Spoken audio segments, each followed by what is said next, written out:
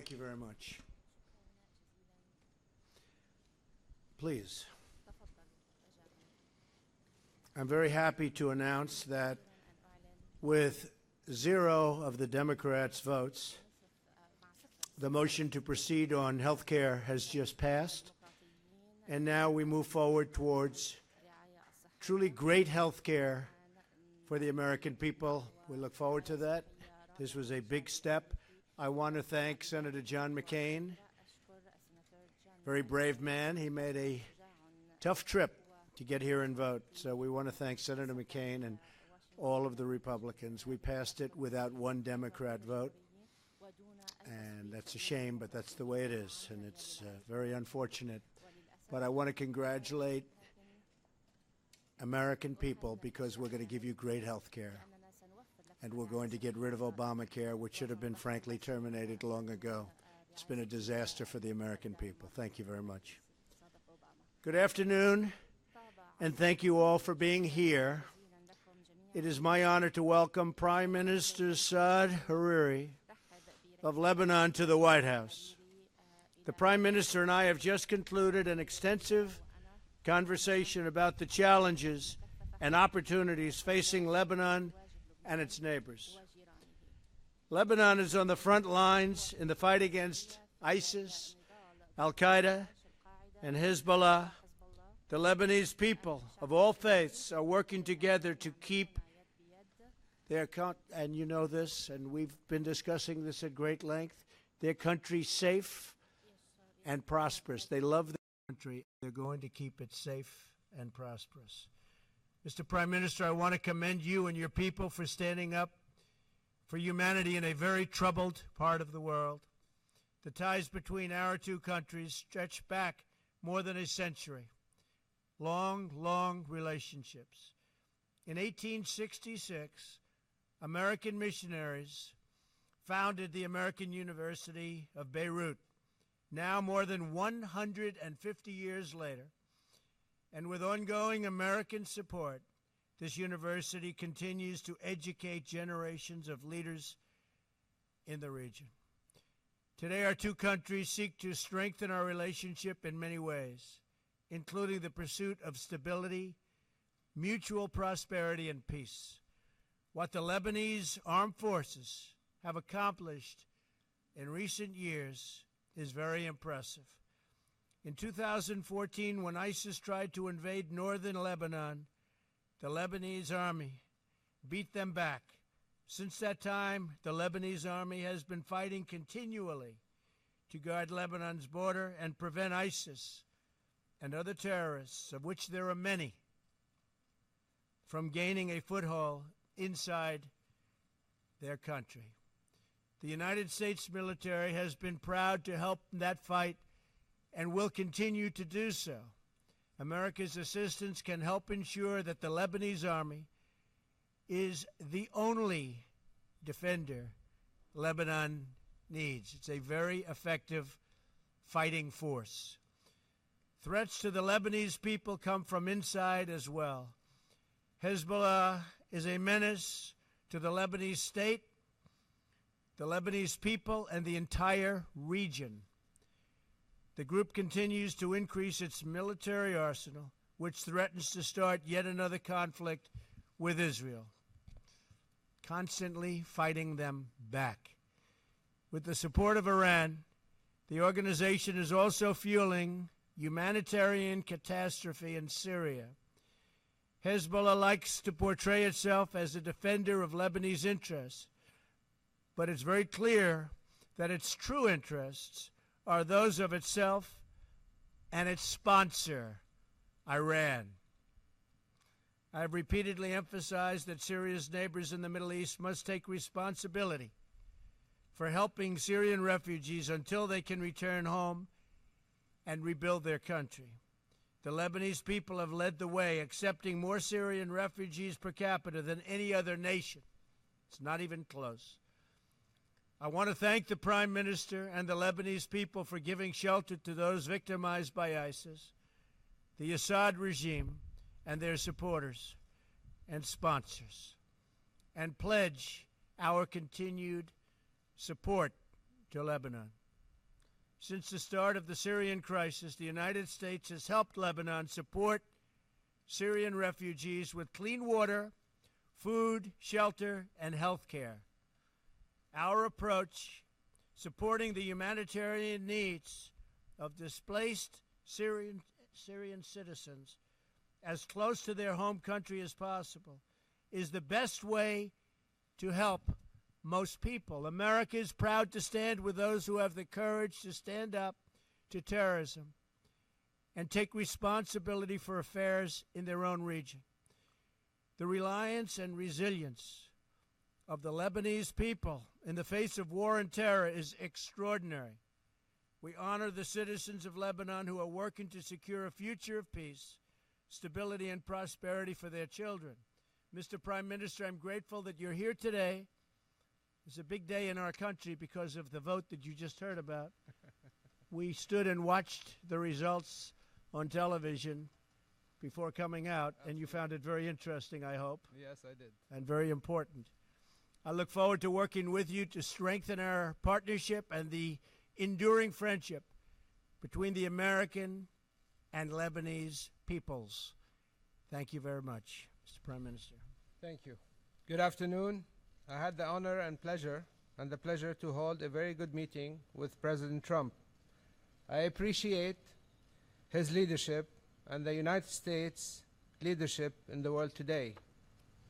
We discussed the situation in our region and the efforts we in Lebanon are making to safeguard our political and economic stability while combating terrorism. I thank President Trump for his support to our army and security agencies, as well as his support to UNIFIL maintaining peace and stability along our southern border, where our government is committed to the United Nations Security Council Resolution 1701, as well as all resolutions. We also discussed the pressures Lebanon is facing as a result of 1.5 million Syrian displaced in our country. I outlined to President Trump my government vision for dealing with this crisis with the support of the international community. We also discussed economic prospects in Lebanon and our government's effort to jumpstart inclusive economic growth with a particular emphasis on job creation.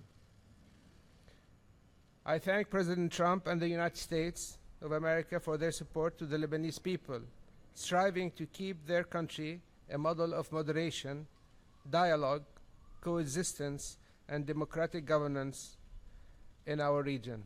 Thank you. Thank you very much.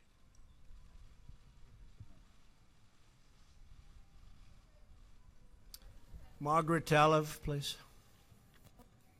Thank you. Hello, Margaret. Hi, Mr. President. Mr. Prime Minister, I'll have a question for you also in just a second, if you'll bear with me. You spoke earlier today at the Wall Street Journal. We've all seen those comments, but I think everybody here probably is hoping that you could talk a little bit more about this. You have called your Attorney General beleaguered. You've criticized his decision to recuse himself on the Russia matters. And your kind of catchphrase or motto before the White House was, "You're fired." So I'm wondering if you would talk to us a little bit about whether you've lost confidence in Jeff Sessions, whether you want him to resign on his own, whether you're prepared to fire him if he doesn't, and why you're sort of letting him twist in the wind rather than just making the call for him. Thank you. Well, I don't think I am doing that, but I am disappointed in the Attorney General. He should not have recused himself almost immediately after he took office. And if he was going to recuse himself, he should have told me prior to taking office, and I would have quite simply picked somebody else. So I think that's a bad thing, not for the president, but for the presidency. I think it's unfair to the presidency, and that's the way I feel. Thank you. Thank you. Mr. Prime Minister, Could you tell us what you think about the Saudi-led blockade of Qatar? This is something that has been of great concern to the U.S. also in terms of resolving. Do you think that Qatar is doing enough on terror? And if so, would you like to see President Trump increase the pressure on the Saudi coalition to ease its blockade? And Mr. President, if you would give us any more of your thinking on going forward the path with Attorney General Sessions and maybe your timeline for making a decision, that would be great. Thank you. You don't give up. That's okay. Thank you. I think there is an effort by the Kuwaitis. They're leading this effort. I think they made some progress. We believe that dialogue is the best way in improving this relationship between Saudi Arabia and Qatar. I believe that maybe the United States also could help in this in solving this issue in the Gulf. Denise. I have one question for the President and also for Prime Minister. Congress introduced additional sanctions against Hezbollah last week. What is your position towards these sanctions and on the role of Hezbollah is playing in the region and Syria? I'll be making my position very clear over the next 24 hours. We're going to see what is exactly taking place. I have meetings with some of my very expert military representatives and others, so I'll be making that decision very shortly. Okay? And Thank about you. his role in Syria and the region? Whose role? Hezbollah's role. I'll be talking about that tomorrow. Prime Minister, ماذا سترد الحكومة اللبنانية على طلب الكونغرس الأمريكي بشأن العقوبات على حزب الله؟ نحن لطالما تعاوننا بأي موضوع من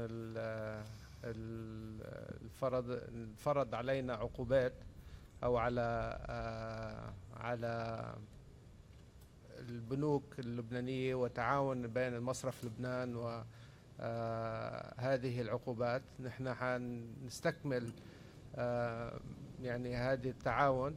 نحن عم نقوم باتصالات بالكونغرس كمان أيضا. هيكون عندي عدة جولات بالكونغرس لحتى نقدر نوصل إلى تفاهم بالنسبة للريزولوشن اللي طالعة بالكونغرس. شكرا. Blake Berman, thank you.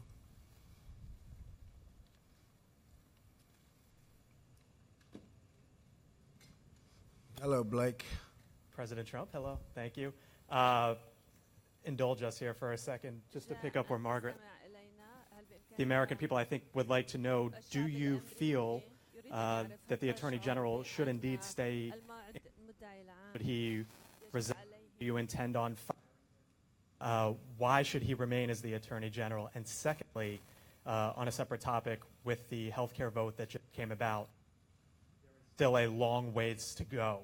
At what point do you feel that Republicans, if they can't get something done, should just say, you know what, we gave it a go, let's move on to tax reform instead? Thank you.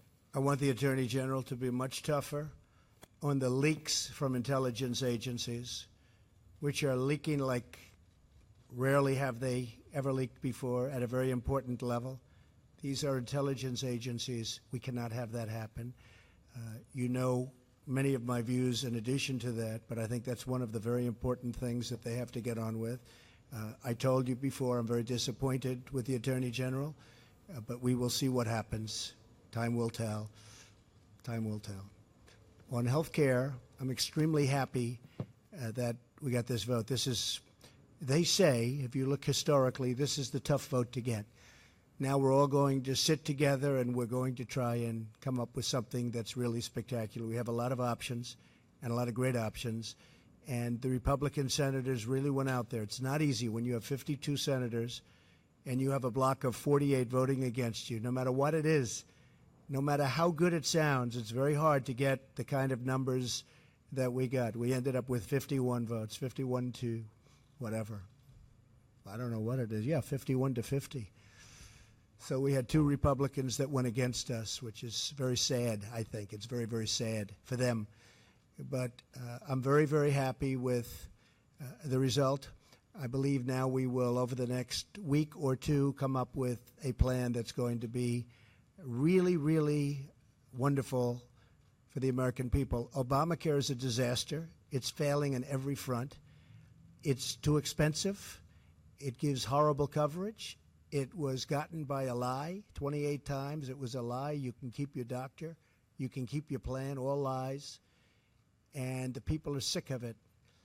And we're going to come up with a great health care that satisfies the needs of the people that we serve, which is the people of the United States. I will say, and I said it right at the beginning, health care is always difficult because you have to weed a very, very narrow path, like a quarter of an inch wide, right down the middle. And if you go a little bit too far right, you lose 3 people on the left. And if you go a little bit too far left, you lose 5 people on the right. It is a very, very complex and difficult task. But it's something I actually know quite a bit about. I want to just thank some of the Republican senators who were really fantastic in getting us here, particularly John McCain for making the trip. But I think you're going to have a great health care. This is the beginning of the end for the disaster known as Obamacare. Thank you very much. And, Mr. President. Saad. Mr. President, how can the United States help Lebanon cope with the massive number of refugees, of Syrian refugees, and is there a way you can help facilitate the refugees' return to their home country? Well, we are helping, and one of the things that we have made tremendous strides at is getting rid of ISIS. We have generals that don't like to talk, they like to do, and we were with General Mattis last night, and the success they've had against ISIS is extraordinary. We've made more progress in the last 4 or 5 months than previous, really I could say the previous administration made in 8 years. And then we have to see what we have to see. But I will tell you, ISIS in Syria, ISIS in Iraq, ISIS in other locations, we have made tremendous strides. Our military is an incredible fighting force. And as you know, I let the commanders on the ground do what they had to do. Before, they used to have to call in this beautiful house and speak to people that didn't know what was happening, where they were, what locations, practically probably never heard of the countries they were talking about or the towns. I let the generals do what they had to do. And we have made tremendous plans. We were discussing it just before. We have made tremendous gains with respect to ISIS in Syria, Iraq, and other places. Thank you. Dr. Rais, Assad? I'm not a fan of Assad, okay? He how will tell you you that because we hit 58 out of 58, or you could even say 59 out of 59 when we launched the Tomahawk missiles. No, I am not a fan of Assad. I certainly think that what he's done to that country and to humanity is horrible. So I have been saying that for a long time. I am not somebody that will stand by and let him get away with what he tried to do. And he did it a number of times when President Obama drew the red line in the sand. And then he should have crossed that red line because some horrible acts against humanity took place, including gas and the killing through gases. That was a bad day for this country. And I'd go a step further that had President Obama gone across that line and done what he should have done, I don't believe you'd have Russia, and I don't believe you'd have Iran to anywhere near the extent, and maybe not at all, in Syria today. Okay? Thank you very much. دولة الرئيس السؤال لك كمان حكي كثير عن خفض الميزانية ميزانية الدعم الأمريكية للبنان بعد اللقاءات اللي عملتوها هل أنتم مطمئنين لاستمرار هذا الدعم خصوصي للجيش اللبناني؟ نحن مطمئنين إن شاء الله وكان في حوار واضح وصريح مع فخامة الرئيس وإن شاء الله الدعم للجيش اللبناني حيكمل مثل ما كان بإذن الله. حيكون دعم مثل الدعم السابق اللي كان يجي على لبنان للجيش اللبناني وللقوى الأمنية وان شاء الله يعني هيدا شيء بالجيش والجيش الامريكاني والجيش اللبناني هن اللي بيقرروا بنوع الاسلحه ونوع التدريبات اللي هن بحاجه له. شكرا. Thank you very much, everybody. Appreciate it. Thank you. Thank you so much. Mr. Prime Minister, thank you.